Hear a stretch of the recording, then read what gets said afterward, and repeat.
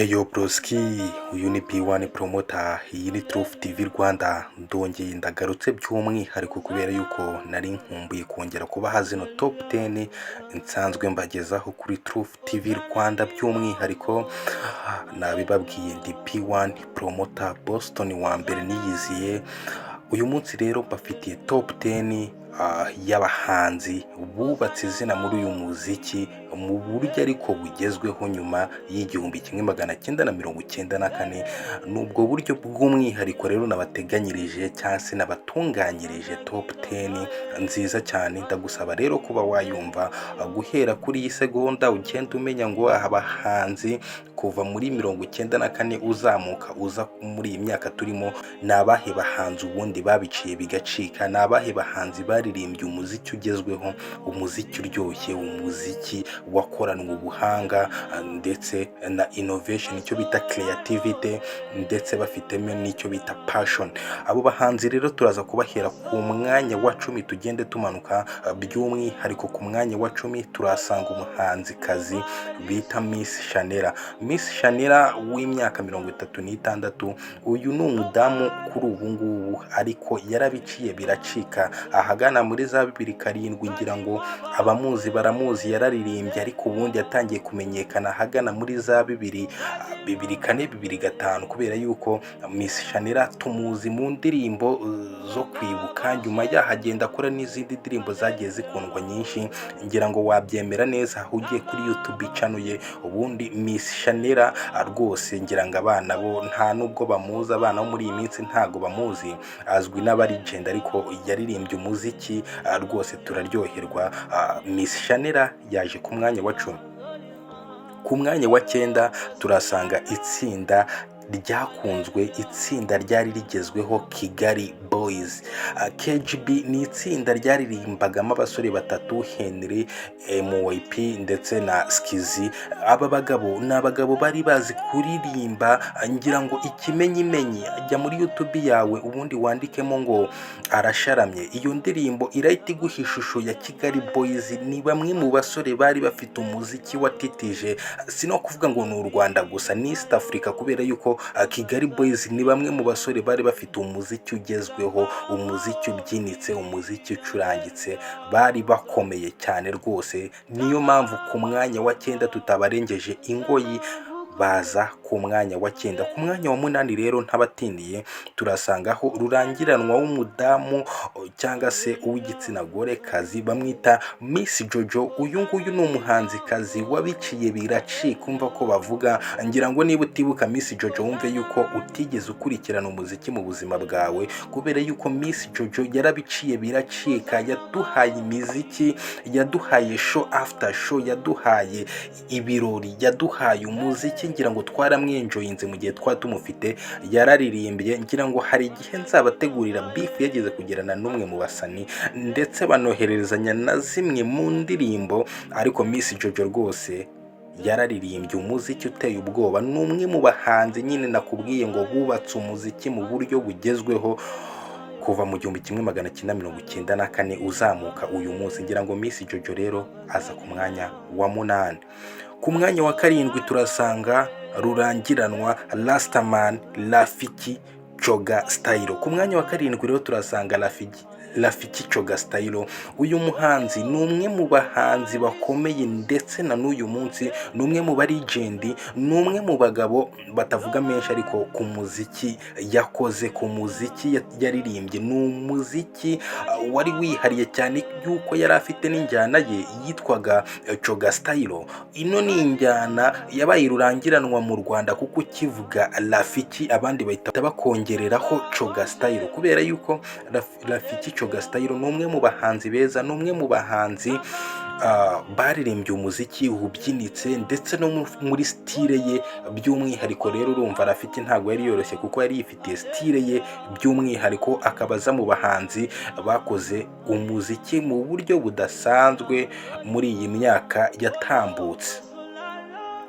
ku mwanya wa gatandatu turasanga umuhanzi bita Mahoni Boni. Mahoni Boni ni umwe mu bahanzi beza, ni umwe mu baraperi twagize hano mu Rwanda bari bakomeye, kubera yuko n'umuligend cyangwa se ubwe mu bahanzi dufite uyu munsi bakomeye uwo bita Kapiro P the Great, P Fla arakubwira ati Mahoni Boni nanjye ubwanjye nza muri game yo mu Rwanda muri za 2007-2008. Mahoni Boni namusanze hano mu Rwanda kandi yarakabye, yari ameze neza cyane, yari ashyushye, rap yo ngira ngo ntago twari kubishidikanyaho. Nanjye rero ndi umwe mu bantu bagize amahirwe yo kumva indirimbo za Mahoni Boni muri ibyo bihe za 2004 2005, ariko mve ko Mahoni Boni ntago yari asanzwe kuri rap n'imirapire. Wabyemera neza ugiye ukandika muri YouTube ati Mahoni Boni, bareta bakuzanira indirimbo ze, ariko urumva uburyo yari umurashi. Mahoni Boni ntago yari asanzwe muri hip hop, akabaza ku mwanya wa gatandatu.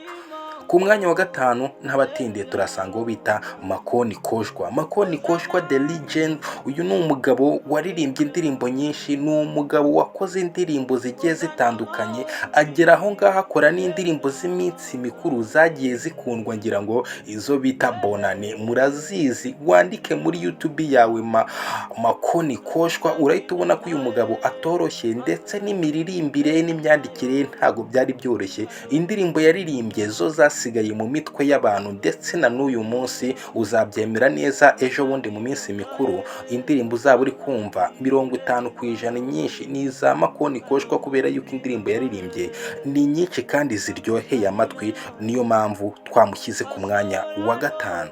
Ibuka gukora subscribe, tujye tubana gatanu ku kandi, ukande kuri iyo nzogera njye nkutamo ibiganiro. Ndimo ndabashakira package, ndimo ndabashakira kamera, kugira ngo noneho ibi bintu tubishyire no kuri kamera. Aba basa nimba ndi kubabwira sometime ujye mbinjirira mbasure, mbakureho ama interview, wa musani mudaheruka mwongere mumubone, cyangwa abasani mudaheruka mwongere mubabone.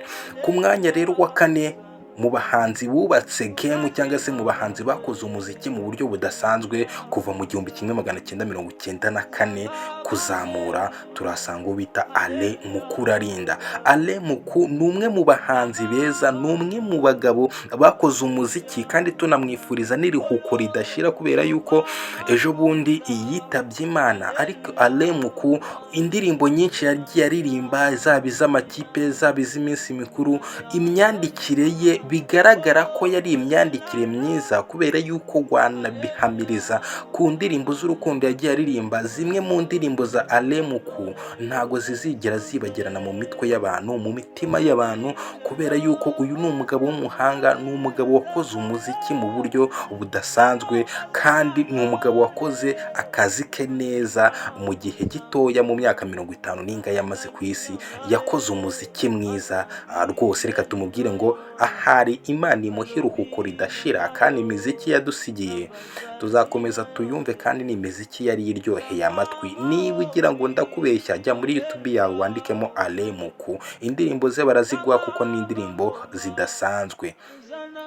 Ku mwanya wa gatatu turahasanga uwo bita Maria Yohana. Maria Yohana ni umwe mu badamu hano mu Rwanda bafite imiririmbire idasanzwe, bafite imiririmbire bagiye baririmba indirimbo zimwe z'amateka. Ngira ngo Maria Yohana, kugira ngo nkibutse nk'indirimbo yaba yarakoze, kugira ngo wumve ko ari indirimbo zitazapfa gusibangana mu mateka, wakibuka nk'indirimbo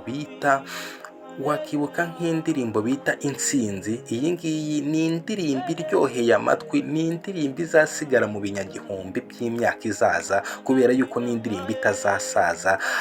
Maria Yohana rero akaba ari ubwo buryo azamo ku mwanya wa gatatu muri top 10 ya Truth TV Rwanda y'abahanzi bakoze umuziki nyuma y'1994 kugeza uyu munsi, ariko bakawukora mu buryo bugezweho kandi mu buryo budasanzwe. Bari bafite talent na passion, badusigira umuziki mwiza. Maria Yohana yaje ku mwanya wa gatatu. Ibuka gukora subscribe, tujye tubana gatanu ku kandi. Ku mwanya wa kabiri rero ni hongeze turimo dusoza. Ku mwanya wa kabiri turasanga uwo bita Cecile Kayirebwa. Cecile Kayirebwa ni umwe mu bahanzi beza, ni umwe mu bahanzi bakoze ibikorwa bikomeye, ni umwe mu bahanzikazi baririmbye indirimbo zizasigara mu mateka y'iki gihugu, ni umwe mu bahanzi kandi bari bafite icyo bita imyandikire idasaza, ni umwe mu bahanzi bafite melodi wumva indirimbo ye ukavuga ati ni indirimbo iryoheye amatwi, ni indirimbo ikora ku mutima, ni indirimbo nziza cyane.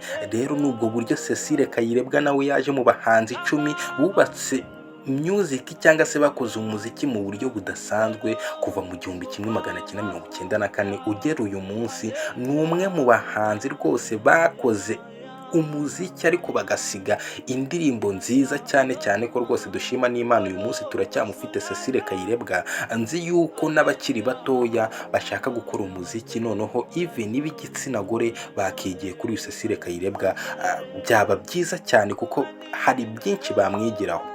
Ntabatindiye rero ku mwanya wa mbere turasanga uwo bita Makanyaga Abdul. Makanyaga Abdul uyu ni umwe mu bagabo, ni umwe mu basaza bakoze umuziki hambere, yakoze umuziki mbere y'1994 arongera akora umuziki nyuma yaho, ariko ni umwe mu bagabo bagaragaje ko bari bafite impano yo gukora umuziki, ni umwe mu bagabo baririmbye indirimbo zitazibagirana mu mateka, ni umwe mu bagabo bacurangiye abanyarwanda tukumva umuziki uryoshye kandi tukumva umuziki urimo imyandikire, umuziki unabyinitse, wa muziki w'umwimerere. N'ubwo buryo rero Makanyaga Abdul aza ku mwanya wa mbere w'abahanzi bakoze indirimbo nziza cyane, indirimbo zifite umwimerere, indirimbo zifite umwihariko. Uyu musaza yari afite icyo bita talent, passion, kandi yakoraga ibintu byose abikunze. Ngira ngo n'uyu munsi turacyafite amahirwe kuba tukimufite nubwo ashaje, ariko ngira ngo hari n'abo yafashije mu minsi ishize rwose ya vuba, bagiye bakorana indirimbo, bagiye bakorana ibirori. So tumushimire rero. Niba ugira ngo rwose aba bahanzi ni abahanzi nazanye gutyo gusa, jya muri YouTube wandikemo Makanyaga Abdul uhita ubona indirimbo ze z'amateka, indirimbo yagiye akora, indirimbo yagiye aririmba, yagiye yandika, ni indirimbo ziryoheye amatwi mu by'ukuri. Rero reka nsoreza ahangaha, ariko ntiwibagirwe gukora subscribe. Iyi ni Truth TV Rwanda, turimo turabategurira ibintu byinshi cyane. Kora subscribe tujye tubana gatanu ku kandi. Njye nakubwiye ngo ndi Boston wa mbere, B1 promoter. Iyi yari Truth TV Rwanda Top 10 nakagaruka.